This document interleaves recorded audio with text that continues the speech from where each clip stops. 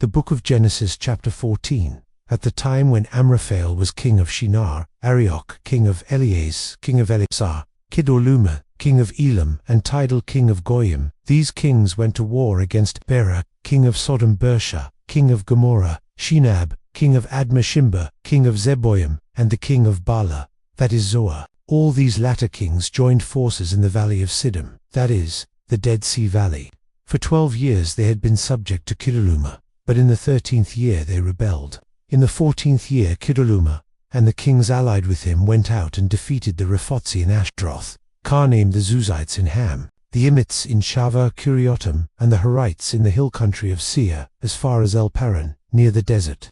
Then they turned back and went to En-Mishpat, that is, Kadesh, and they conquered the whole territory of the Amalekites, as well as the Amorites, who were living in Hazaz. Then the king of Sodom, the king of Gomorrah, the king of Admah, the king of Zeboim, and the king of Bala, that is, Zoar, marched out and drew up their battle lines in the valley of Siddim against Kedorlaomer, king of Elam, Tidal, king of Goyim, Amraphel, king of Shinar, and Arioch, king of Eleosor, kings against 5. Now the valley of Siddim was full of tar pits, and when the kings of Sodom and Gomorrah fled, some of the men fell into them, and the rest fled to the hills.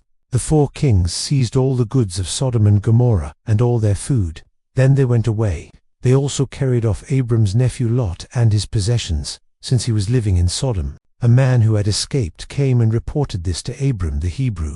Now Abram was living near the great trees of Mamre the Amorite, a brother of Eshcol and Anah, all of whom were allied with Abram. When Abram heard that his relative had been taken captive, he called out the 318 trained men born in his household, and went in pursuit as far as Dan. During the night, Abram divided his men to attack them, and he routed them, pursuing them as far as Hobah, north of Damascus. He recovered all the goods, and brought back his relative Lot and his possessions, together with the women and the other people. After Abram returned from defeating Kedorlaomer and the kings allied with him, the king of Sodom came out to meet him in the valley of Sheva, that is, the king's valley.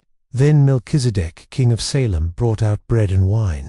He was priest of God Most High, and he blessed Abram, saying, "Blessed be Abram by God Most High, creator of heaven and earth. And praise be to God Most High, who delivered your enemies into your hand." Then Abram gave him 1/10 of everything.